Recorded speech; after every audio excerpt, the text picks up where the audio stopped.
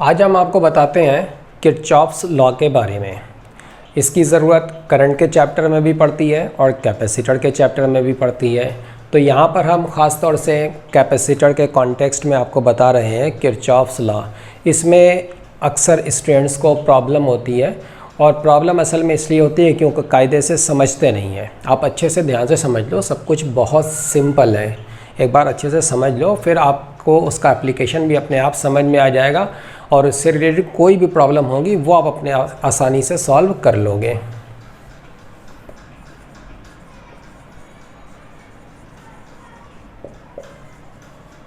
Kirchhoff's laws, ये हम आपको कैपेसिटेंस में जो पढ़ाया जाता है उससे रिलेटेड पढ़ा रहे हैं। बेसिकली रहता तो करंट और कैपेसिटेंस में सेम फंडा तो सेम ही है, लेकिन क्वेश्चंस अलग अलग टाइप के बन जाते हैं। ठीक है, तो कैपेसिटेंस के रेफरेंस में हम आपको इसको पढ़ा रहे हैं। ओके, किरचॉफ्स लॉज, दो लॉज हैं। पहला लॉ होता है जंक्शन लॉ, उसमें तो कुछ खास है नहीं। जंक्शन लॉ, एक जंक्शन पर कुछ वायर्स आपस में कनेक्टेड हैं। अब अगर एक तरफ से चार्ज आया Q1, दूसरी तरफ से आया Q2 और एक तरफ निकल गया Q3, this is the first law and this is obviously very simple. किसी भी जंक्शन पर मिलने वाले सारे चार्जेस का सम ज़ीरो होता है। किसी भी जंक्शन पर मिलने वाले सारे चार्जेस का सम ज़ीरो होता है, लेकिन जब आप इस चीज़ को अप्लाई करोगे तो इसका मतलब ये होगा कि जो आने वाले चार्जेस हैं जंक्शन पर उनको आप प्लस लोगे और जो जंक्शन से जाने वाला चार्ज है उसको आप माइनस लोगे। ऑब्वियसली इसी को हम ऐसे भी लिख सकते हैं Q1 plus Q2 equal to Q3। आने वाला टोटल चार्ज और जंक्शन से जाने वाला total charge, total incoming charge equal to total outgoing charge, total incoming equal to total outgoing. ठीक है, दिस इज़ वेरी सिंपल। जैसे अगर एक ये जंक्शन है, अब इधर से 2 कूलम चार्ज आया, इधर से 3 कूलम चार्ज आया, इधर 4 कूलम चार्ज निकल गया, तो बताओ इस लाइन में कितना चार्ज होगा और ये इस तरफ फ्लो हो रहा होगा या इस तरफ। तो देखो 2 आया और 3 आया, मिलकर के कितना आया, 5 तो आ गया और उस 5 में से 4 इधर निकल गया, बचा हुआ 1 कूलम इधर से निकल जाएगा। क्योंकि जंक्शन कोई ऐसी चीज़ नहीं होती है जो चार्ज को स्टोर कर सके, ना चार्ज स्टोर करेगी ये, ना ये चार्ज को जनरेट करेगी। ठीक है, इसलिए जितना भी चार्ज आना है वो उसको निकलना ही है। टोटल आने वाला चार्ज, टोटल निकलने वाला चार्ज बराबर होता है। So this is the junction law, this is the first law. अब देखो सेकेंड लॉ बहुत इंपॉर्टेंट है। What is the second law? इसी को बोलते हैं लूप लॉ, किरचॉफ का लूप लॉ। वैसे तो बहुत सिंपल है, लेकिन एक बार इसको ध्यान से इसके एप्लीकेशन को आप समझ लो। क्या होता है ये सेकंड लॉ? देखो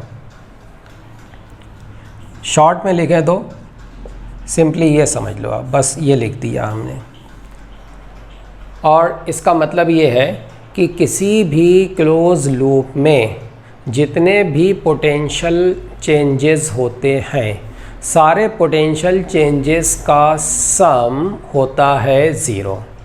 किसी भी क्लोज लूप में होने वाले सारे पोटेंशियल चेंजेस, पोटेंशियल डिफरेंसेस का सम होता है ज़ीरो। ये जो सिग्मा VI लिखा है ना, this is in a closed loop. ये ध्यान रखना कि ये जो बोला जा रहा है ये सिर्फ एक क्लोज लूप के लिए बोला जा रहा है। मतलब ये कि V1 plus V2 plus V3 and so on, this is zero. कोई लूप है, उसमें कहीं कोई एक सर्किट एलिमेंट है। सर्किट एलिमेंट का मतलब लाइक ए कैपेसिटर और ए रेजिस्टेंस और maybe some cell, maybe some inductor, आगे आएगा। ओके, तो उस एलिमेंट के अक्रॉस पोटेंशियल का डिफरेंस है V1। फिर आप आगे चले, कोई और दूसरा सर्किट एलिमेंट आपको मिल गया, potential differences V2 and so on. सारे पोटेंशियल डिफरेंसेस का जो सम है that should be zero. Okay, अभी आपको दिखाते हैं, एग्जाम्पल लिख के दिखाएंगे, तब आपको बात समझ में पूरे तरीके से आएगी। फिलहाल आप यहाँ पर दो बातें बहुत अच्छे से समझो। किरचॉफ लॉ लगाने के लिए दो बातें आप समझ लो। एक बात, पहली बात तो बहुत छोटी सी है, सिंपल सी बात है, वो ये है कि जब आप किरचॉफ लॉ लगाओगे, पोटेंशियल डिफरेंसेस को ऐड करोगे और उसको इक्वल टू ज़ीरो करोगे, तो जहाँ कहीं पर भी पोटेंशियल का राइज होगा उसको आप पॉजिटिव लोगे। पोटेंशियल का राइज पॉजिटिव लेना है और पोटेंशियल का ड्रॉप अगर कहीं पर होता है तो उसको आप नेगेटिव लेंगे। मतलब जैसे 3 वोल्ट का ड्रॉप हो गया तो उसको आप लेंगे -3 इक्वेशन में आप लिखेंगे -3 वोल्ट। पोटेंशियल का राइज आपको प्लस लेना है, पोटेंशियल का ड्रॉप आपको माइनस लेना। अभी लिख के दिखाएंगे, आपको समझ में आएगा, डोंट वरी। दूसरी बात बहुत इंपॉर्टेंट, सबसे ज़्यादा इंपॉर्टेंट बात अब हम आपको बता रहे हैं और इसी पर असल में बच्चे ध्यान नहीं देते हैं, स्टूडेंट्स ध्यान नहीं देते हैं, इसलिए ये चीज़ लोगों की समझ में नहीं आती भी है तो अप्लाई करने में बड़ी प्रॉब्लम्स होती हैं। हालांकि है बहुत आसान है, इसका एप्लीकेशन भी बहुत आसान है। इस पर कोई भी क्वेश्चन आ जाए तो मान के चलो उसको तो बनना ही बनना है, नहीं बनने का तो सवाल ही नहीं उठता है। तो देखो, दूसरी बात जो आपको बिल्कुल बेसिक चीज़ है जो ध्यान रखना है, तब आपको इसका एप्लीकेशन समझ में आएगा, वो ये है। ये आपको नोट करने की चीज़ है, बहुत सिंपल है, लेकिन आप लिख लो अच्छे से और याद रखना इसको। देखो, ये एक रेजिस्टेंस है, सपोज दैट रेजिस्टेंस है R। अब इसमें एक करंट फ्लो हो रही है I, करंट इज़ I। अब ये आपने करंट के चैप्टर में पढ़ रखा है, नहीं पढ़ा है तो पढ़ोगे आगे चल कर के। किसी रेजिस्टेंस R में जब करंट I फ्लो होता है तो उसके अक्रॉस पोटेंशियल का डिफरेंस होता है IR। पोटेंशियल का डिफरेंस होगा IR और इस रेजिस्टेंस का एक एंड हायर पोटेंशियल पर होगा और दूसरा एंड लोअर पोटेंशियल पर होगा। अब ये बताओ कि ये V1 हायर है या V2 हायर है, तो आपको तो पता होगा कि करंट हायर पोटेंशियल से लोअर पोटेंशियल की तरफ जाती है। इसका मतलब V1 V2 से बड़ा है, इसीलिए करंट इधर जा रही है। और V1 और V2 के बीच में जो पोटेंशियल डिफरेंस है वो है IR। आप चाहे तो इसको V लिख दें, नो प्रॉब्लम, ठीक है। हाँ, तो यहाँ पर समझना आपको ये है, देखो ये हायर पोटेंशियल है और ये लोअर पोटेंशियल है, इसीलिए करंट इधर जा रही है। करंट चलती है हायर पोटेंशियल से लोअर पोटेंशियल की तरफ। इसका मतलब ये हुआ कि अगर हम इस लाइन में चलें, इस रेजिस्टेंस से होकर के चलें, इस रेजिस्टेंस से होते हुए पार होकर के निकलें, तो अगर हम उस डायरेक्शन में चलें जिस डायरेक्शन में करंट फ्लो हो रही है तो पोटेंशियल का ड्रॉप होगा। कितना ड्रॉप होगा? पोटेंशियल का ड्रॉप हो गया।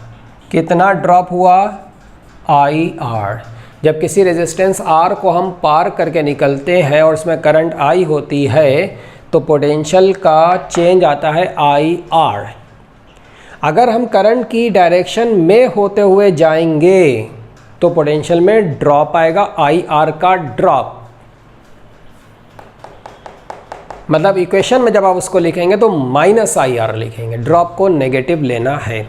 और अगर आप करंट की डायरेक्शन के अपोजिट चल रहे हैं R से होते हुए तो पोटेंशियल का राइज होगा, पोटेंशियल का राइज आएगा। कितना राइज होगा? पोटेंशियल का कितना राइज हो जाएगा? IR के बराबर राइज हो जाएगा, ठीक है। करंट की डायरेक्शन में IR का ड्रॉप, करंट के अपोजिट चलने पर IR का राइज। राइज है तो प्लस IR, ड्रॉप है तो माइनस IR। तो एक चीज़ तो आपको ये याद रखना है, ठीक है, ओके। दूसरी बात आपको इसी में ये याद रखना है, 3 चीज़ें हैं, 3 सर्किट एलिमेंट्स अलग अलग, उन तीनों के लिए आपको याद रखना है। देखो, ये एक कैपेसिटर है, इसकी कैपेसिटेंस है C, ये इसके टर्मिनल्स हैं। अच्छा, इस पर चार्ज है मान लो प्लस और इस पर है minus, plus Q minus Q. Capacitor पे आपको तो पता ही है कि अगर एक पर प्लस क्यू है तो दूसरे पर माइनस क्यू होता है, और तब हम बोलते हैं कि इस कैपेसिटर पे चार्ज है क्यू। ओके, जब कैपेसिटर पे चार्ज क्यू हो और उसकी कैपेसिटेंस सी हो तो कैपेसिटर की प्लेट्स के बीच में पोटेंशियल का डिफरेंस, उसके टर्मिनल्स के बीच में पोटेंशियल का डिफरेंस कितना होता है? Q by C, Q equal to C V C, this is Q by C. अब देखो इसमें क्या है, पोटेंशियल का difference between the plates that is Q by C. अगर आप इस डायरेक्शन में चलें, कैपेसिटर से होकर के निकलें, कैपेसिटर की लाइन जिस लाइन में वो कनेक्टेड है ना, उस लाइन में होकर के आप चलें, कैपेसिटर से पार हों, और इस डायरेक्शन में चलें। किस डायरेक्शन में? पॉजिटिव प्लेट से नेगेटिव प्लेट की तरफ कैपेसिटर से होते हुए, बाहर साइड में नहीं, कैपेसिटर से होते हुए पॉजिटिव प्लेट से नेगेटिव प्लेट की तरफ अगर आप गए तो आपको पता है पॉजिटिव प्लेट हायर पोटेंशियल पर होती है। जैसे इसका पोटेंशियल V1 है, इसका V2 है, तो V1 V2 से बड़ा होगा। पॉजिटिव प्लेट हायर पोटेंशियल पर होती है, नेगेटिव प्लेट लोअर पोटेंशियल पर होती है, और दोनों के बीच का पोटेंशियल डिफरेंस होता है Q by C. So if you are moving in this direction, it means that you are moving from some higher potential to lower potential. आप हायर पोटेंशियल से लोअर पोटेंशियल की तरफ गए, इसका मतलब पोटेंशियल का ड्रॉप हो गया। कितना ड्रॉप हो गया? Q बाई सी। तो जब आप किसी कैपेसिटर को पार करते हुए निकलेंगे and you are moving in this direction, you are moving from positive plate to the negative plate, तो पोटेंशियल में ड्रॉप आएगा, और वो ड्रॉप कितना होगा? Q बाई सी का ड्रॉप होगा।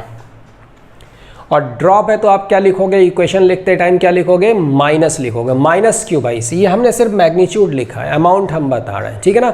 इक्वेशन में किरचॉफ का लूप लगाते टाइम जब आप इसको लिखोगे तो इसको नेगेटिव आपको लेना पड़ेगा जब ये ड्रॉप है तब। अगर उल्टा आप चलो, इधर चलो, इधर का मतलब किधर? नेगेटिव प्लेट से पॉजिटिव प्लेट की तरफ चलो, तो क्या होगा? तो ऑब्वियसली पोटेंशियल का राइज हो जाएगा। कितना राइज हो जाएगा? Q बाई सी का राइज हो जाएगा। तो राइज है तो उसको आप प्लस लोगे, plus Q by C.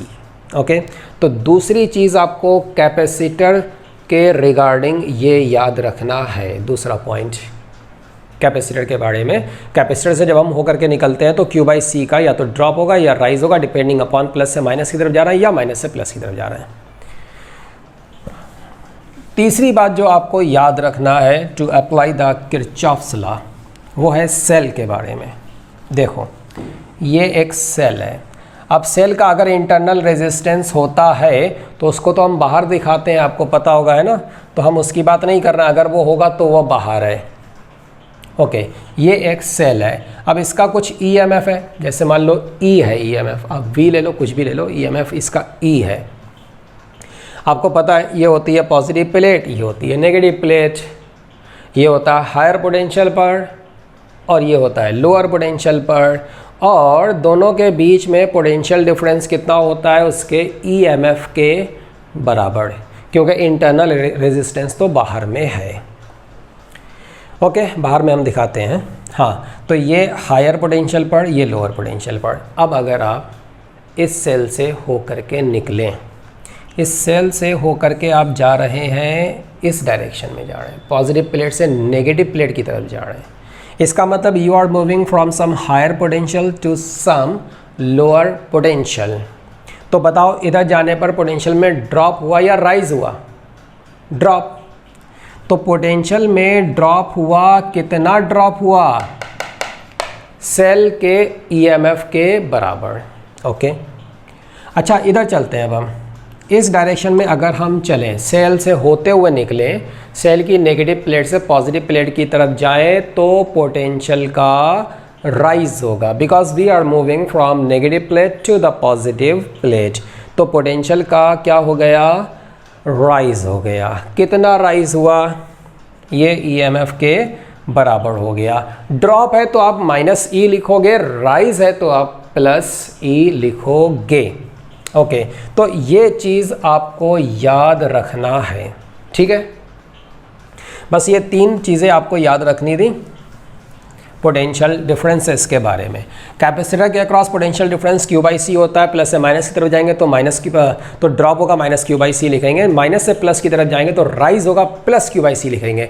Cell के अक्रॉस पोटेंशियल डिफरेंसेस का ईएमएफ के बराबर होता है, पॉजिटिव प्लेट से नेगेटिव प्लेट की तरफ जाएंगे तो माइनस ई लिखेंगे, और माइनस से नेगेटिव प्लेट से पॉजिटिव प्लेट की तरफ जा रहे हैं तो राइज होगा, फिर हम उसको प्लस ई लिखेंगे, प्लस ईएमएफ के बराबर।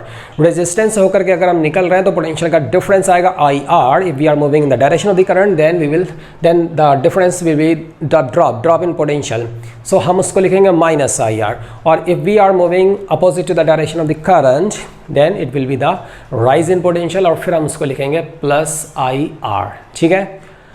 अब देखो, अब हम लगाते हैं Kirchhoff law, Kirchhoff loop law. अब आपको एक हम एग्जांपल देते हैं, उससे आपको समझ में फिर आएगा ये किरचॉफ लॉ में जो बोला गया था, the sum of all the potential differences in a closed loop that is equal to 0। इसके एप्लीकेशंस होते कैसे हैं, पहले एकदम आपको सिंपल एग्जांपल देते हैं, फिर हम उसमें डिफ़िकल्टी लेवल आगे बढ़ा देंगे। आप सिंपल अगर समझ लोगे तो डिफ़िकल्ट तो अपने आप समझ में आ जाएगा। ये देखो, ये एक सेल है, इसका ईएमएफ है मान लो E, ये एक कैपेसिटर है, कैपेसिटेंस है C1, ये एक दूसरा कैपेसिटर है, कैपेसिटेंस है C2। पहले ये दोनों कैपेसिटर न्यूट्रल थे, फिर हमने ला करके इस सेल से इन दोनों को कनेक्ट कर दिया।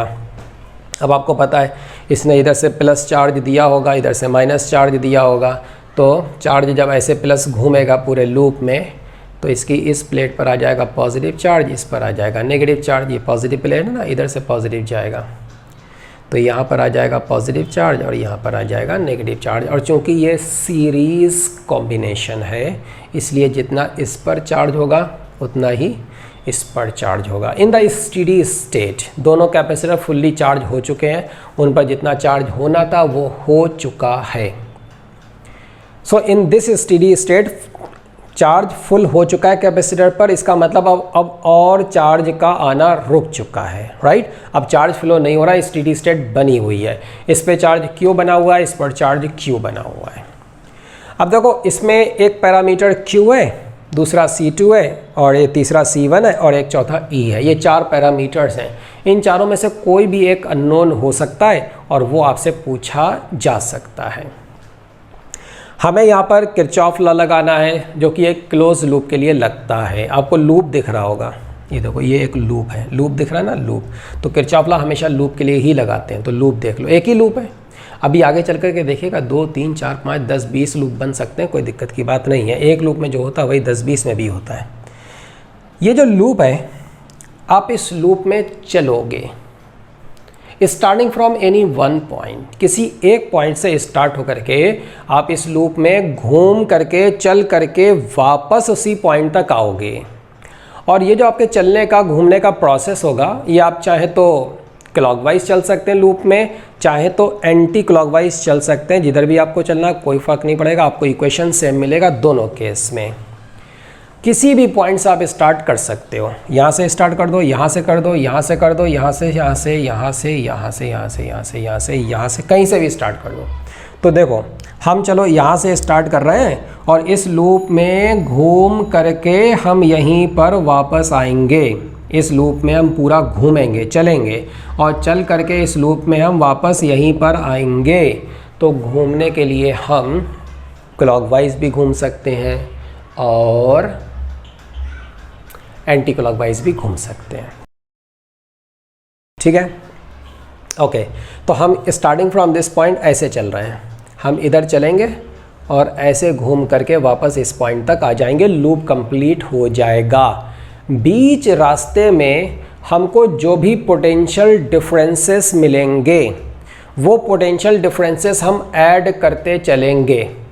अगर राइज है तो प्लस और अगर ड्रॉप है पोटेंशियल का तो माइनस के साथ ऐड करेंगे, मतलब सब्ट्रैक्ट करेंगे, ठीक है। जितने राइजेस मिलते जाएंगे, पोटेंशियल का राइज, वो सब ऐड करते चले जाओ, और जो बीच में ड्रॉप मिलते चले जाए वो आप सब्ट्रैक्ट करते चले जाओ। तो जो टोटल आप इस तरीके से ऐड करोगे वो टोटल सम शुड बी 0। अच्छा, एक बात आपने सोची, ये जो किरचॉफ का सेकंड लॉ है, ये पोटेंशियल का टोटल पोटेंशियल डिफरेंसेस का टोटल सम, ये 0 होना क्यों चाहिए, क्यों होता है ये 0? अरे ये तो बहुत सिंपल सी बात है। आप सोचो कि ये इतना सिंपल लॉ है कि इसको तो लॉ बोलना भी, अच्छा चलो कोई बात नहीं, ये बहुत सिंपल लॉ है एक्चुअली, और ये कॉमन सेंस की बात है। देखो ऐसे समझो, जैसे ये ग्राउंड है, अब यहाँ पर एक पॉइंट है, ये एक पॉइंट है, ग्राउंड से एक पर्टिकुलर हाइट पर है, maybe this height is 2 metre, this height is 2 metre. अब यहाँ से चले हम, तो देखो ऐसे गए तो 1 मीटर का राइज़ हो गया, फिर और चले गए आधा मीटर का और राइज़ हो गया, फिर नीचे आ गए तो 1.5 मीटर का ड्रॉप हो गया, फिर नीचे गए तो 2 मीटर का और ड्रॉप हो गया, फिर ऊपर आ गए तो 2 मीटर का और राइज़ हो गया। अल्टीमेटली हम उसी पॉइंट पर आ गए। हम जिस पॉइंट से चल रहे हैं, हम कितने भी स्टेप बीच में ले लें, अगर अल्टीमेटली हम उसी पॉइंट पर आ रहे हैं तो ग्राउंड से जो हाइट पहले थी अल्टीमेटली वही हाइट बनेगी। इसका मतलब हाइट में जितने भी इंक्रीमेंट्स हैं और जितने भी लॉसेस हैं, जितने भी हाइट में ड्रॉप हैं, सारे इंक्रीमेंट्स को ऐड कर दो और ड्रॉप को आप सब्ट्रैक्ट कर दो, तो अल्टीमेटली टोटल सम सबका क्या मिलना चाहिए? 0। जितना टोटल राइज हुआ उतना ही ड्रॉप हो गया। क्यों? क्योंकि अल्टीमेटली तो उसी पॉइंट पर आ गए ना। बिल्कुल इसी तरीके से आप इस पॉइंट से चले, इस पॉइंट का कुछ पोटेंशियल होगा, कितना पता नहीं, कुछ होगा, जो भी हो हमें पता करने की ज़रूरत नहीं है। इस पॉइंट का कुछ पोटेंशियल होगा। अच्छा ठीक है, पोटेंशियल मान लो v है इस पॉइंट का। अब यहाँ से हम चले, कुछ ड्रॉप हो गया, कुछ ड्रॉप हो गया, कुछ राइज हो गया, कुछ हो गया, जो होता होने दो। कहीं ड्रॉप हुआ, कहीं राइज हो गया। सब मिला करके टोटल घूम करके अल्टीमेटली हम यहीं पर आ गए ना, तो फाइनली तो पोटेंशियल वही मिल जाएगा जो इनिशियली था। तो ओवरऑल पोटेंशियल में चेंज कितना होना चाहिए? 0। Very simple. तो जितने भी चेंजेस हुए हैं बीच में, तो वो राइज हैं तो आपने प्लस कर दिया, ड्रॉप है तो आपने माइनस कर दिया। इस वजह से उन सब का जो सम होगा वो आपको 0 ही मिलना चाहिए। सारे चेंजेस का sum should be 0 because ultimately finally the potential is the same, exactly the same as the initial potential, right? हाँ, okay. So Kirchhoff loop law apply करते हैं। देखो यहाँ से चल रहे हैं और हम ऐसे लूप में होकर के जाएंगे, अल्टीमेटली यहीं पर आएंगे। बीच रास्ते में हमको जितना भी राइज या ड्रॉप मिलेगा सब ऐड करते चलेंगे, सब्ट्रैक्ट करते चलेंगे। राइज है तो ऐड और सब ड्रॉप है तो सब्ट्रैक्ट करेंगे। देखो यहाँ से चले, ये पूरा एक कंडक्टिंग वायर है, तो यहाँ से चलने पर पोटेंशियल में कोई ड्रॉप नहीं होगा, कोई राइज नहीं होगा, कोई चेंज नहीं, no change up to this point, no change. उसके बाद जब हम कैपेसिटर से होकर के निकल रहे हैं, we are moving from positive plate to the negative plate, तो क्या हुआ? ड्रॉप। क्या हुआ? ड्रॉप। कितना ड्रॉप हुआ? Q/C1 का ड्रॉप हुआ। तो ड्रॉप है तो सब्ट्रैक्ट कर दो, माइनस ले लिया हमने ड्रॉप को, यहाँ पर आ गए। उसके बाद फिर ये कंडक्टिंग वायर है, चल रहा है, नो चेंज, पोटेंशियल में कोई चेंज नहीं, अप टू दिस पॉइंट कोई चेंज नहीं। कंडक्टिंग वायर में पोटेंशियल में चेंज नहीं आता है, यहाँ तक कोई चेंज नहीं आया। उसके बाद फिर हम इधर गए। Now we are moving from the positive plate to the negative plate, so drop, again drop. कितना ड्रॉप हुआ? Q/C2 का ड्रॉप हो गया, Q/C2। और चूंकि ये ड्रॉप है इसलिए इसको हमने माइनस के साथ ऐड कर दिया, मतलब Q/C2 को सब्ट्रैक्ट कर दिया। यहाँ पर आ गए और आगे चल रहे हैं। Conducting wire, no change, same potential till this point, यहाँ तक। उसके बाद फिर जब हम यहाँ से चल करके यहाँ पर आएंगे, so we are moving through the cell, we are passing through the cell. और कैसे पास हो रहे हैं? नेगेटिव प्लेट से पॉजिटिव प्लेट की तरफ जा रहे हैं, लोअर से हायर पोटेंशियल की तरफ। क्या होगा? राइज। कितना राइज होगा? EMF के बराबर। तो हमें अगली स्टेप में एक राइज और मिल गया, तो उस राइज को ऐड कर दो। ये लो, ऐड कर दिया।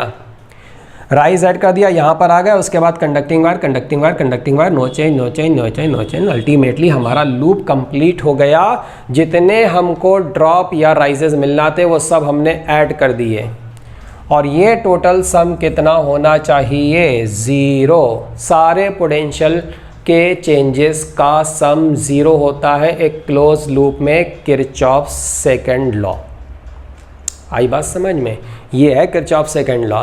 जितने भी आपको पोटेंशियल के चेंजेस मिलेंगे सबको ऐड करोगे, आपको 0 मिलना चाहिए। किरचॉफ सेकंड लॉ हमने अप्लाई किया, हमको एक इक्वेशन मिल गया, एक इक्वेशन।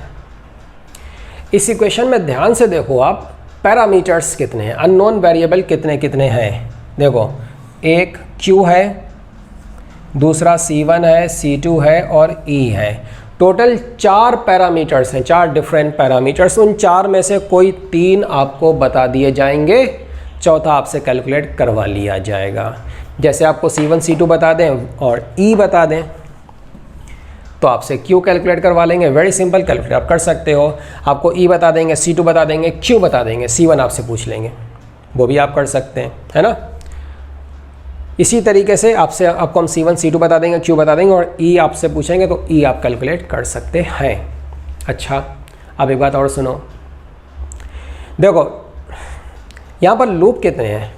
अब जो बोल रहे हैं ध्यान से सुनना। अब ये चूँकि अब ये डायरेक्ट हम डिफ़िकल्टी के लेवल पर जंप मार रहे हैं, डिफ़िकल्टी अब एकदम से बढ़ने वाली है। अब ध्यान से सुनो, एक लूप में हम एक बार चले और चलते चलते वही किरचॉफ लॉ, हमने लूप में चलने का पर्पज़ है, हमें किरचॉफ लॉ लगाना है। किरचॉफ लॉ हमने लगा दिया, हमको एक इक्वेशन मिल गया। कोई एक अननोन वेरिएबल होगा, वो एक अननोन वेरिएबल इस एक इक्वेशन से मिल जाएगा। एक अननोन कांस्टेंट के लिए हमें चाहिए होता है एक इक्वेशन, 2 अननोन वेरिएबल के लिए हमको चाहिए होते हैं 2 इक्वेशंस, 3 अननोन वेरिएबल्स फाइंड करने के लिए हमें चाहिए 3 इक्वेशंस, 4 के लिए हमको चाहिए 4 इक्वेशंस, 5 के लिए हमको चाहिए 5 इक्वेशंस। इस टाइप के लूप में आपको सिर्फ एक ही अननोन वेरिएबल दिया जाएगा, आप एक इक्वेशन लिख सकते हो, एक ही लूप है, एक ही लिख सकते हो, वो लिख लेना, सॉल्व कर लेना, वो अननोन वेरिएबल आपको मिल जाएगा। कुछ सर्किट ऐसे होते हैं जिनमें 2 लूप बन जाते हैं, 3 भी बन जाते हैं, 4 भी बन जाते हैं, 5, 6, 8, 10, 20, 50 भी बन सकते हैं। तो किसी भी सर्किट में चाहे कितना कॉम्प्लेक्स हो, आपको करना ये है कि आप लूप्स बनाओगे। एक ये लूप बना लिया, एक ये बना लिया, एक ये बना लिया, एक ये बना लिया, एक ये बना लिया, एक ऐसे ऐसे ऐसे ऐसे ये बना लिया, ठीक है ना। डिफरेंट अलग अलग टाइप के लूप्स आप बनाओगे और सारे लूप में, अब भाई हम इस लूप में चल रहे हैं और हमने इस लूप में चलते चलते जितना ड्रॉप और राइज मिला हमने सबट्रैक्ट किया और ऐड कर दिया और इक्वेशन लिख दिया और किरचॉफ लॉ लगा दिया और इक्वेशन हमारा बन गया। तो आपको अलग अलग लूप बनाना है, उन लूप्स में चल करके आपको किरचॉफ लॉ लगाना है, Kirchhoff's loop law, Kirchhoff second law आपको लगाना है, आपको इक्वेशन मिलेगा। दूसरे लूप में चलना है, किरचॉफ लॉ लगाना है, दूसरा इक्वेशन मिलेगा। तीसरे लूप में चलोगे, इक्वेशन लगाओगे, किरचॉफ लूप लॉ लगाओगे, आपको तीसरा इक्वेशन मिलेगा, एंड सो ऑन। किसी भी क्वेश्चन में जितने भी अननोन वेरिएबल होंगे जिनको आपको फाइंड करना होगा, आपको उतने ही इक्वेशन बनाना पड़ेंगे। अगर 2 अननोन पैरामीटर्स हैं तो आपको 2 इक्वेशन बनाना पड़ेंगे, उसके लिए आपको 2 लूप चाहिए। तो ढूंढो, आपको ही ढूंढना पड़ेगा कौन से 2 लूप आप लोगे। अगर 3 अननोन वेरिएबल हैं तो 3 लूप आपको चाहिए, वो आपको सोचना है कि कौन से 3 लूप लोगे। 4 अननोन वेरिएबल तो 4 लूप लोगे। लूप को लेने के बारे में एक इंपॉर्टेंट पॉइंट है, वो सुन लो। एक्चुअली 2 इंपॉर्टेंट पॉइंट हैं। पहला पॉइंट तो ये है कि जितने भी आपको लूप लेना आप लीजिए, लेकिन कम से कम एक लूप ऐसा ज़रूर होना चाहिए जिसमें सेल इंक्लूड हो जाए, जिसमें सेल आ जाए। जो सेल लगा हुआ था ना, वो सेल उसमें आ जाना चाहिए। बाकी दूसरा पॉइंट ये है, अब इसमें हम आपको पहले एग्जांपल लिख देते हैं, फिर आपको बात समझाएंगे तो आपको समझ में आएगी बात। ये एक सेल है, इधर एक सेल और लगा लो, ये लो ऐसे लगा लिए एक सेल। ये C1 है, ये C2 है, ये C3 है और ये E1 है और ये E2 है। अगर ये 10 वोल्ट है तो हो सकता है ये 5 वोल्ट हो। 5 वोल्ट का मतलब ये कमज़ोर होगा, ये ताकतवर होगा। अब ये 10 वोल्ट है, वो 20 वोल्ट हो गया तो वो ज़्यादा ताकतवर होगा, ये कम ताकतवर होगा। ये इधर से अपनी ताकत लगाएगा, इधर से चार्ज भेजने की कोशिश करेगा, वो उधर से अपनी ताकत लगाएगा, वो उधर से चार्ज भेजने की कोशिश करेगा। वो बोलेगा हम तो इधर चार्ज फ़्लो कराएंगे, और ये क्या बोलेगा, ये बोलेगा हम तो इधर चार्ज फ़्लो कराएंगे। अब दोनों में फ़ाइट हो जाएगी, है ना। फाइट हो जाएगी तो जिसकी ताकत ज़्यादा होगी वो जीतेगा। अच्छा वो जीतेगा तो, लेकिन कुछ और भी चीज़ें हैं, उनका भी असर पड़ेगा। चलो इसको अभी देखेंगे, अभी डोंट वरी।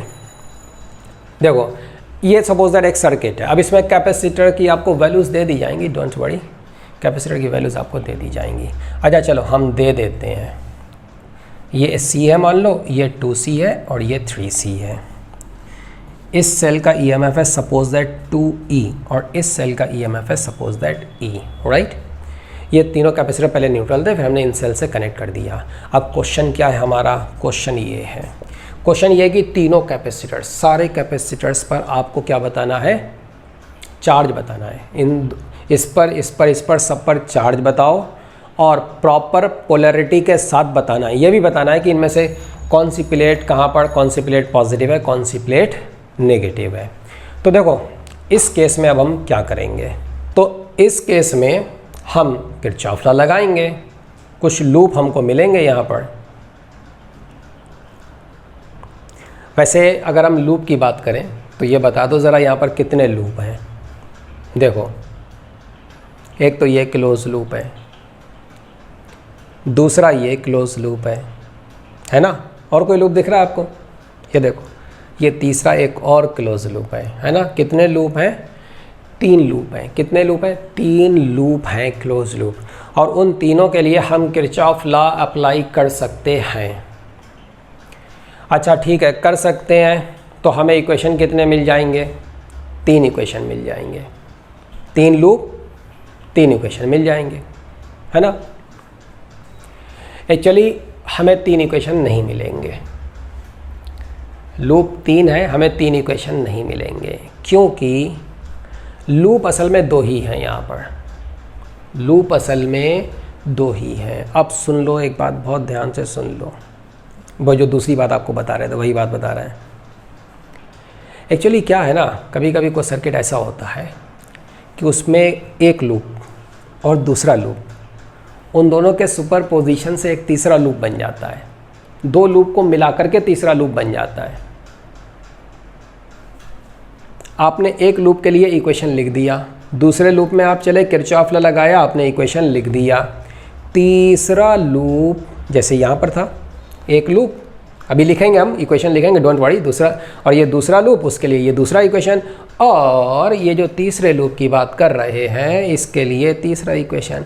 असल में ये 3 इक्वेशन नहीं है, ये 2 ही होंगे। उसकी वजह ये है, वो सुन लो ध्यान से, वजह ये है कि एक्चुअली ये लूप और ये लूप जब आपस में हम सुपरपोजिशन इनका करेंगे तो ये लूप बन जाएगा।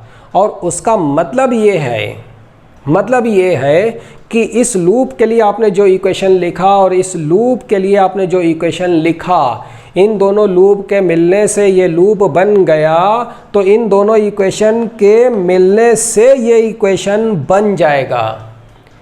इन दोनों के आपस में आप कुछ कॉम्बिनेशन बना लो, जैसे डायरेक्ट ऐड कर दो या सब्ट्रैक्ट कर दो या 2 से 3 से 4 से 5 से मल्टीप्लाई करके ऐड कर दो, सब्ट्रैक्ट कर दो, कुछ कर दो, तो आपको ये मिल जाएगा। ठीक है ना। आपने मैथमेटिक्स में पढ़ा होगा, इस टाइप से जब डिपेंडेंट इक्वेशन आप बना लोगे तो वो ऐसे इक्वेशन बनाने से कोई फ़ायदा नहीं होता है। मतलब ये कि इन्हीं को मिला करके अगर आपने ये इक्वेशन बना लिया तो ये इक्वेशन आपका बनाना यूजलेस है। ये कोई तीसरा इक्वेशन है नहीं, इक्वेशन 2 ही है असल में। मतलब क्या है, देखो जैसे हम आपको 2 वेरिएबल में 2 इक्वेशन दे रहे हैं। अच्छा चलो 3 वेरिएबल में देते हैं, क्योंकि हमें 3 इक्वेशन की ज़रूरत तो 3 वेरिएबल के लिए पड़ती है ना, x, y, z equal to 1। हम आपसे 3 वेरिएबल फाइंड करने के लिए कह रहे हैं, तो आपको 3 वेरिएबल फाइंड करने के लिए कितने इक्वेशन चाहिए होंगे, 3 इक्वेशन। आपको हम 3 इक्वेशन दे रहे हैं।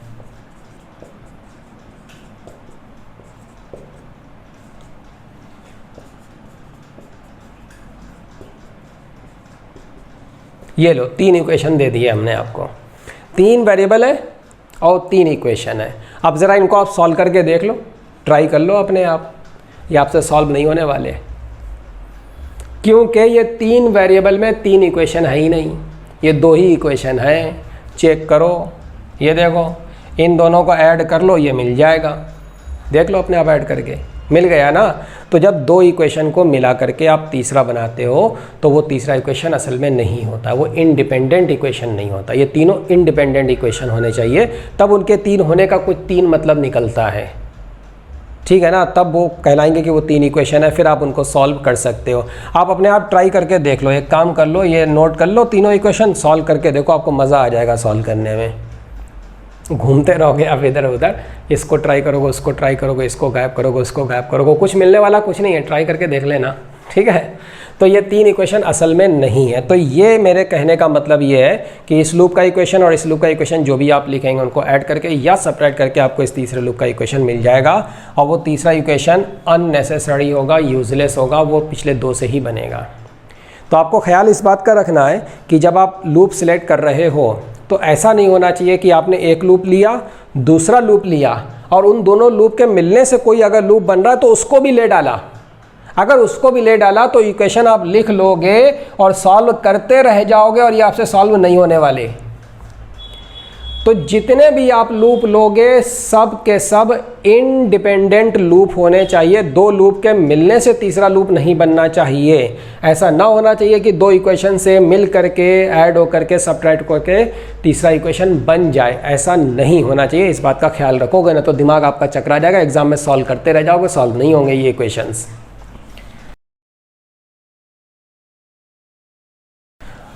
ओके, तो इस बात का ख्याल रखना है, इंडिपेंडेंट लूप आपको लेना है। अब सुनो ध्यान से, देखो एक लूप ये हो गया, दूसरा लूप ये हो गया।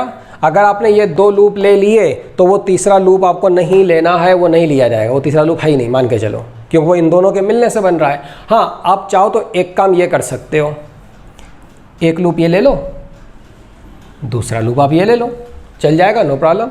या फिर आप एक लूप ये ले लो और दूसरा लूप ये ले लो, तब भी चलेगा, नो प्रॉब्लम। तो हमें फाइंड क्या करना है, इन कैपेसिटर्स पे चार्ज फाइंड करना है, वो हमें किरचॉफ लॉ से मिलेगा। किरचॉफ लॉ से हमें इक्विवेलेंट कैपेसिटेंस भी मिलती है, उसका भी आके आपको एग्जांपल देंगे हम।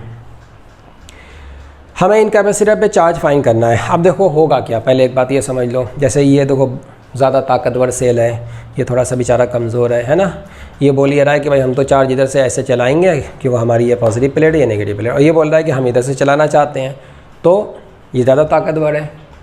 अब देखो एक बात और सुनो, चार्ज इधर से जाएगा, इधर से आया, ये आया चार्ज।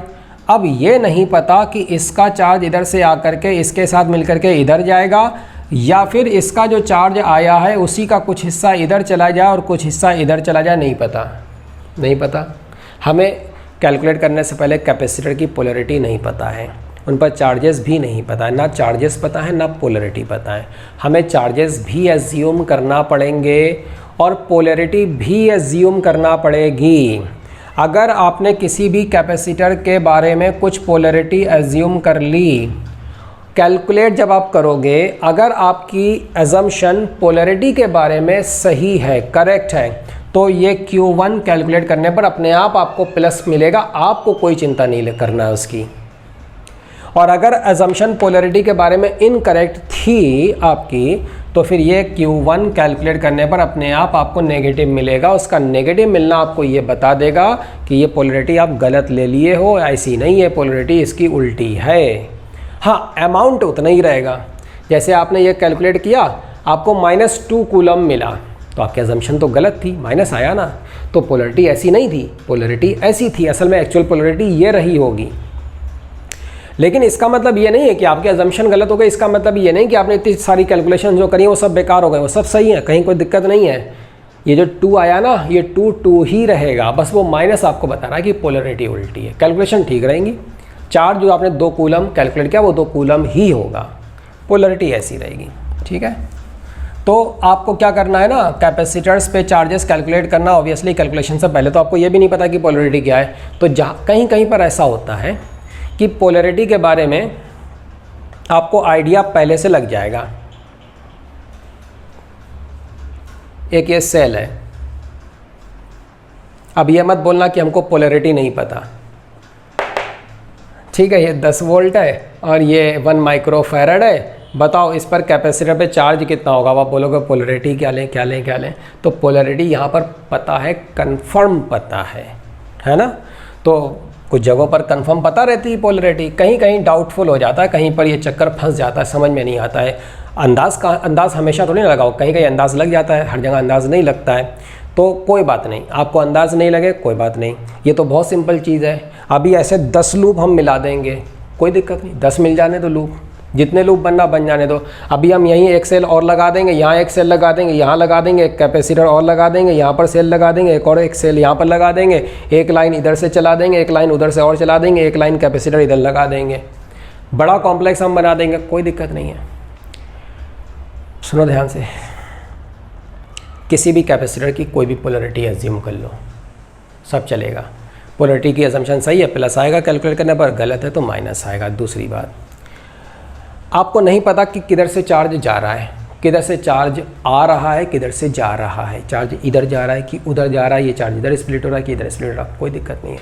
आप कहीं, अब देखो क्या करना है वो सुनो ध्यान से, किसी भी एक पॉइंट से शुरू कर दो और आगे चलते चले जाओ। आपको ध्यान इस बात का रखना है कि पूरे क्वेश्चन में आपको कम से कम अननोन वेरिएबल लगाने हैं, ताकि आपको इक्वेशंस कम से कम लिखना पड़े। अगर हम आपको एक वेरिएबल में एक इक्वेशन दे दें तो ये इतना सिंपल होता है कि आपको सोचना भी नहीं पड़ता है, ऐसे ये आंसर सामने लिखा है आपके, ये इतनी तेज़ी से सॉल्व होता है। और अगर हम आपको 2 वेरिएबल में 2 इक्वेशन दे दें तो फिर आपको कुछ तो करना पड़ता है, थोड़ा सा तो आप करोगे तब जा कर के आंसर आएगा, एक्स और वाई मिल जाएगा। देखो डिफ़िकल्टी लेवल देखो कैसा जंप मारा, एक वेरिएबल में एक इक्वेशन, 2 वेरिएबल में 2 इक्वेशन। अभी 3 वेरिएबल में 3 इक्वेशन देंगे ना तो आपको और ज़्यादा मेहनत करना पड़ेगी, और 4 वेरिएबल में 4 दे देंगे तो और ज़्यादा मेहनत करना पड़ेगी। जैसे जैसे वेरिएबल का नंबर बढ़ता है, इक्वेशन का नंबर भी बढ़ता है, तो डिफ़िकल्टी लेवल बड़ा तेज़ी से बढ़ता है। ये बात इतनी नहीं है कि जो 1 से 2 में चेंज आया वही 2 से 3, वही 3 से 4 में आ जाएगा, लीनियर मैनर में नहीं, बड़े ख़तरनाक मैनर में डिफ़िकल्टी लेवल बढ़ता है, ठीक है। तो आपकी कोशिश हमेशा यही रहेगी, कोशिश ये करो कि वेरिएबल अननोन जो आप लगा रहे हो वो कम से कम लगाओ। एक बात सुन लो, एक पर्सनल एडवाइस दे रहे हैं एग्ज़ाम में क्वेश्चन सॉल्व करने के लिए। अगर आप कहीं पर किरचॉफ लॉ किसी क्वेश्चन में लगा रहे हो, वैसे तो आपको बहुत चांस है कि ऐसा मिलेगा नहीं, डोंट वरी, क्योंकि आईआईटीज़ में कभी भी आपको लेंदी क्वेश्चन नहीं देते हैं वो लोग। आपका दिमाग चेक करते हैं, सोच आपकी क्या है वो चेक करते हैं, लेंदी नहीं बनाते हैं। तो देखो कहीं पर अगर आपको ऐसा दिखाई दे कि आपको लगे कि यार यहाँ हमको 3 वेरिएबल लगाने पड़ रहे हैं और 3 इक्वेशन बनाने पड़ेंगे, अगर 3 वेरिएबल लगाने पड़ जाए ना और 3 इक्वेशन बनाने पड़ जाएँ तो उस क्वेश्चन को वहीं छोड़ देना और आगे के सारे क्वेश्चन सॉल्व कर लेना, वो आपके लिए ज़्यादा बेहतर होगा। पहले सब कर लेना, जब एक्स्ट्रा फालतू का टाइम बच जाए तब उस पर आना। आपको लग रहा है कि आपसे बन जाएगा फिर भी मत करना, क्योंकि वो 3 इक्वेशन बड़े ख़तरनाक होते हैं। 3 इक्वेशन को आप बनाओगे एक तो टाइम बहुत ज़्यादा लगेगा, नॉर्मल क्वेश्चन के कंपैरिजन में डबल टाइम लगेगा, और उस पर भी सबसे बड़ी मुसीबत ये है कि उन 3 इक्वेशन को जब सॉल्व करने चलोगे तो मैक्सिमम चांस है कि आपका आंसर गलत आ जाएगा। 3 वेरिएबल में 3 इक्वेशन जब आप सॉल्व करने चल देते हो तो मैक्सिमम चांस होते हैं, 90% चांस होते हैं कि आपका आंसर गलत आ जाएगा। एग्जाम के माहौल में तो वैसे भी दिमाग ख़राब होता है, तो आंसर गलत होने के चांस और ज़्यादा हो जाते हैं, ठीक है ना।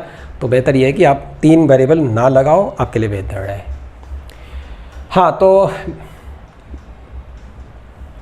अब एग्ज़ाम के अलावा नॉर्मल सिचुएशन में तो कुछ भी हो जाए वो आप तो सॉल्व कर ही लोगे, टाइम की कोई लिमिटेशन नहीं होती है। तो बेसिकली फंडा ये है कि आपको वेरिएबल कम से कम लगाना है, इसलिए आप एक काम ये करोगी कि किरचॉफ का जो जंक्शन लॉ है ना उसको अप्लाई करते चलोगे साथ साथ। तो आपको करना ये है कि किसी एक पॉइंट से आप शुरू कर दोगे, कहीं से शुरू कर दो, कहीं से, वहाँ से आप एक चार्ज चला दो। यहाँ से हमने शुरू किया, इधर से चार्ज चला, मान लो Q चला, देखो एक अननोन वेरिएबल लग गया Q, ये Q इधर आया। अब पता नहीं हमको Q इधर ही आ भी रहा है कि नहीं आ रहा है, ठीक है ना, अंदाज आपको लग रहा है, लगे बहुत सी जगह पर नहीं लग पाएगा, तो हमने इधर चला दिया, कोई बात नहीं, आप ले लो, आपको इधर चलता हुआ लेना, इधर चलता हुआ ले सकते हो, कोई दिक्कत नहीं है। ये Q इधर आया, Q इधर आया तो इस पर क्या स्टोर हो गया, Q, ये Q आगे निकला, इसी Q का हिस्सा, कुछ हिस्सा चूंकि जंक्शन आ गए ना, दो रास्ते आ गए, अब चाहे उधर से ले आओ या इसी को स्प्लिट कर दो, इस Q का एक हिस्सा Q1 उधर चला गया। अब ये मत बोलना कि Q2 इधर चला गया, वेरिएबल कम से कम लगाना है, तो Q इधर आया और Q में से Q1 इधर चला गया, तो सीधा सीधा लिखो यहाँ पर Q माइनस Q1, अभी भी वेरिएबल हमारे दो ही हैं, अगर Q2 लिख देते Q1 Q2 और Q 3 वेरिएबल हो जाते। देखो जंक्शन लॉ लगाते चल रहे हैं ताकि वेरिएबल कम से कम हमारे बने रहें मिनिमम। इधर अगर Q1 आया तो इस पोलैरिटी के साथ Q1 स्टोर हो जाएगा, वही Q1 Q1 Q1 Q1 इधर आएगा, सेल को पार करके निकलेगा, Q माइनस Q1 इस पर इस पोलैरिटी के साथ स्टोर हो जाएगा, इधर आएगा, फिर देखो ये Q माइनस Q1 आया, ये Q1 आया, मिल करके क्या हो गया, Q हो गया, ये Q यहाँ पर आ गया, जहाँ से हम चले थे घूम फिर करके वहीं पर आएंगे, उतना ही चार्ज बन जाना चाहिए। अगर नहीं बन रहा इसका मतलब आप कुछ मिस्टेक कर दिए हैं। ओके, हमने इस पूरे प्रोसेस में अननोन वेरिएबल कितने लगाए हैं, दो, एक Q लगाया है, एक Q1 लगाया है, E1 हमको पता है, E2 हमको पता है, हमको C2 C 3C सब पता है। हमें दो अननोन वेरिएबल Q और Q1 फाइंड करना है to find the charges on these three capacitors. Okay, Q1 और Q फाइंड करना है। दो वेरिएबल के लिए कितने इक्वेशन की ज़रूरत है, दो इक्वेशन की। कहाँ से आएंगे, किरचॉफ लॉ से, दो लूप लेना पड़ेंगे, एक लूप हमने ये ले लिया और दूसरा लूप हमने ये ले लिया, ठीक है। देखो अब हम यहाँ से चल रहे हैं इस पॉइंट से, और हम इस लूप में घूम फिर करके ऐसे चलते हुए आएंगे, एंटी क्लॉकवाइज आप चल सकते हो, नो प्रॉब्लम। हम यहाँ से चल करके ऐसे चल करके आएंगे, बीच रास्ता में जो कुछ भी राइज मिलेगा ऐड करते चलेंगे, पोटेंशियल का राइज, और ड्रॉप मिलेगा उसको हम सबट्रैक्ट करते चलेंगे। So starting from this point, conducting wire conducting wire conducting wire, no change no change no change no change no change. ये गए हम कैपेसिटर को पार करके गए, C कैपेसिटेंस है, चार्ज Q है, और हम जा रहे हैं प्लस से माइनस, तो क्या हुआ, ड्रॉप, कितना ड्रॉप हुआ, Q बाई C, ये ड्रॉप हो गया, Q बाई C का ड्रॉप हो गया, हमने माइनस लिख दिया। अच्छा और आगे चलते हैं, ये देखो यहाँ पर आए, यहाँ पर आए, यहाँ पर आए, इस कैपेसिटर को पार करके हम निकले, प्लस से माइनस की तरफ गए, ड्रॉप हो गया, कितना ड्रॉप होगा, charge on this capacitor, this charge divided by it's capacitance, so this is Q minus Q1 upon 3C। अच्छा यहाँ पर आ गए, और ये गए ये गए ये गए ये गए ये गए ये गए, यहाँ पर आए, और ये सेल से पार हुए, सेल से पार हुए, नेगेटिव से पॉजिटिव की तरफ क्या हुआ, राइज, कितना राइज है, 2E का राइज है, 2E को ऐड कर दो, टोटल सम हो गया 0, किरचॉफ लॉ, सारे पोटेंशियल डिफरेंसेस का सम है 0। ये हमारा एक इक्वेशन बन गया दो वेरिएबल्स में, Q में और Q1 में, ठीक है। ओके, अब दूसरा लूप देखो, ये दूसरा लूप है, इसमें यहाँ से यहाँ से यहाँ से कहीं से भी आप चल सकते हो, यूँ चल सकते हो। चलो यहाँ से चलते हैं, हम यहाँ से चलते हैं, यहीं पर वापस आएंगे, यहाँ से चले हम, देखो इधर जा रहे हैं हम, ये गए, सेल को पार किया हमने, पॉजिटिव से नेगेटिव की तरफ गए, क्या हुआ, ड्रॉप, ये ड्रॉप हो गया, E का ड्रॉप हुआ तो माइनस कर दिया। अच्छा और आगे चले, ये गए, यहाँ पर आए, और फिर हम इधर जाएंगे। अब देखो हम किधर जा रहे हैं, नेगेटिव से पॉजिटिव की तरफ जा रहे हैं, तो क्या होगा, राइज होगा, कितना राइज होगा, राइज है तो प्लस लिखेंगे, कितना राइज होगा, charge upon capacitance, charge upon capacitance, rise है तो प्लस ले दिया। यहाँ पर आ गए, ये गए ये गए और ये निकले कैपेसिटर को पार करके, पॉजिटिव से नेगेटिव, पॉजिटिव से नेगेटिव, क्या हुआ, ड्रॉप, ड्रॉप, कितना ड्रॉप, ड्रॉप है तो माइनस, कितना drop, charge upon capacitance, charge upon capacitance, drop की वजह से माइनस। यहाँ पर आ गए, यहाँ पर आ गए, लूप कंप्लीट हो गया, total sum should be 0। Second equation, Q में और Q1 में, E पता है, C पता है। ये देखो दो इक्वेशन मिल गए, दो वेरिएबल है, दो इक्वेशन है, इनको सॉल्व कर लो, अच्छे से सॉल्व करना, कहीं मिस्टेक नहीं होना चाहिए। इन दोनों को आप सॉल्व करोगे आपको q मिल जाएगा और q1 मिल जाएगा। उसके बाद फिर ये फाइंड कर लेना q माइनस q1 है, q1 कितना आया। अगर q माइनस q1 आपको प्लस मिल जाए तो समझ लेना कि जो पोलरिटी हमने दिखाई है वो करेक्ट है, और अगर आपको नेगेटिव मिल जाए तो अमाउंट उतना ही रहेगा, सिर्फ पोलरिटी पलट जाएगी। Same is the case for q, same is the case for q1। ठीक है, तो ऐसे लगाते हैं हम किरचॉफ लॉ। अभी कुछ और डिफिकल्ट केसेस हैं, आपको आगे दिखाएंगे। इक्विवेलेंट कैपेसिटेंस भी फाइंड करते हैं यूजिंग किरचॉफ लॉ, वो भी अभी हम आपको आगे चल करके बताएंगे।